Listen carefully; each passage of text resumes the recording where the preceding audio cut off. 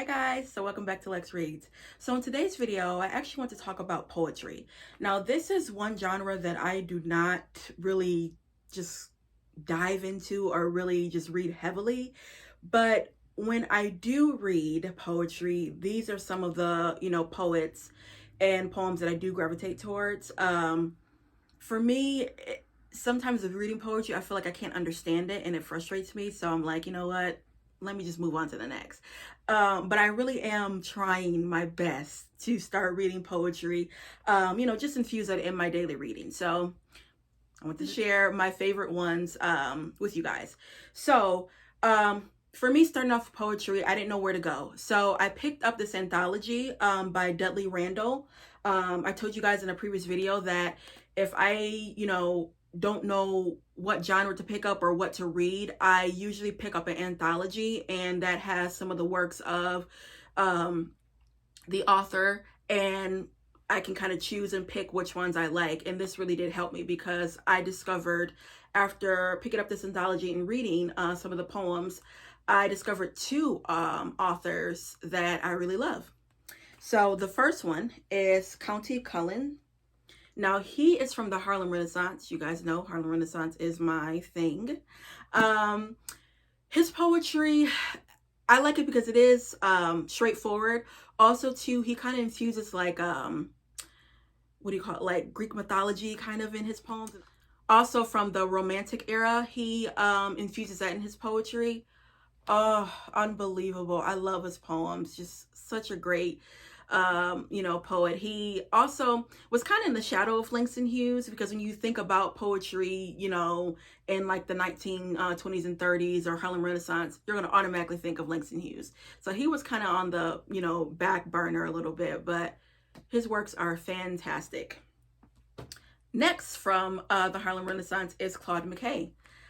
Oh, now he is from Jamaica, so he has that dialect, that patois. Love it.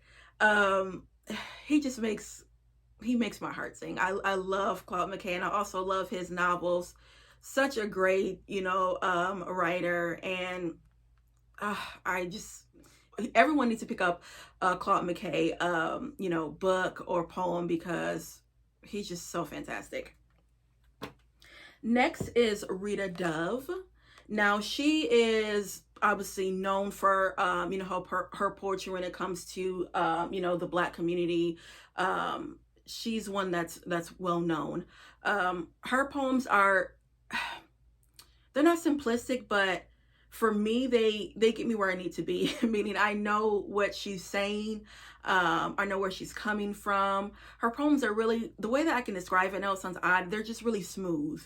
They honestly are. It's like, when I'm reading her poetry, I just read it and then I'm like, okay, go to another one. And it's just so smooth. I love her writing. Fantastic. Now, of course, you cannot, talk about Black poets and not mention the Queen, Maya Angelou. I have so many poems that I love by Maya Angelou. I love We Wear the Mask, obviously Phenomenal Woman, Still I Rise, so many. And of course, I love her, also her autobiographies. I read them all last year and just flabbergasted with her works. I mean, Maya's just, there's no one like Maya Angelou.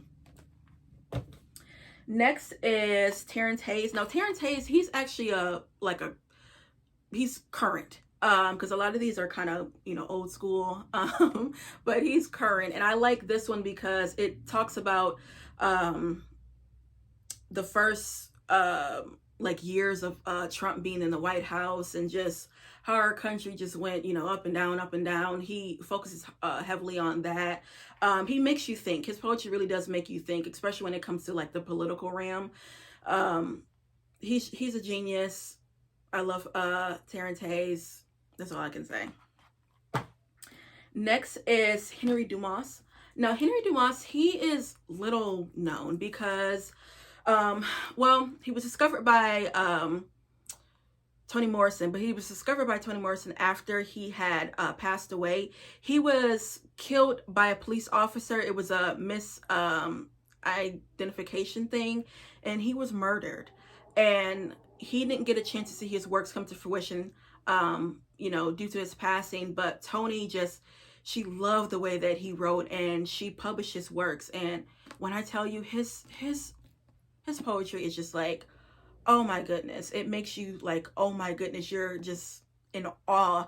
And it also makes it even difficult knowing how he passed, because his writing is just, it's so lyrical. It's just so lyrical. It's so there. It's so raw, but it's so undescribable. You guys have to read a Henry Dumas poem, because once you'll see what I mean when you read it.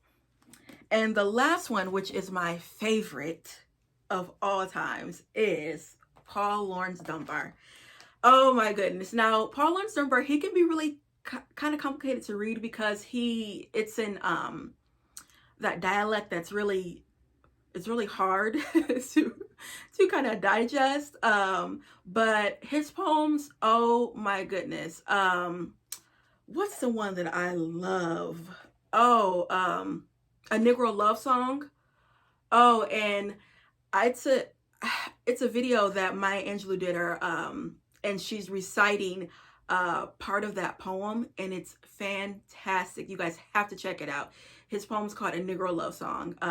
Paul Laurence Dunbar was actually really successful in his time. He was known as almost like the trailblazer during I want to say 19th century. And his poems are just, they're classic. There's no one like Paul Laurence Dunbar, in my opinion. That's all I have to say, because I literally ramble on and on. But pick up Paul Laurence Dunbar. Pick up all these, but of course, pick up Paul Laurence Dunbar. He's my favorite, unbiased.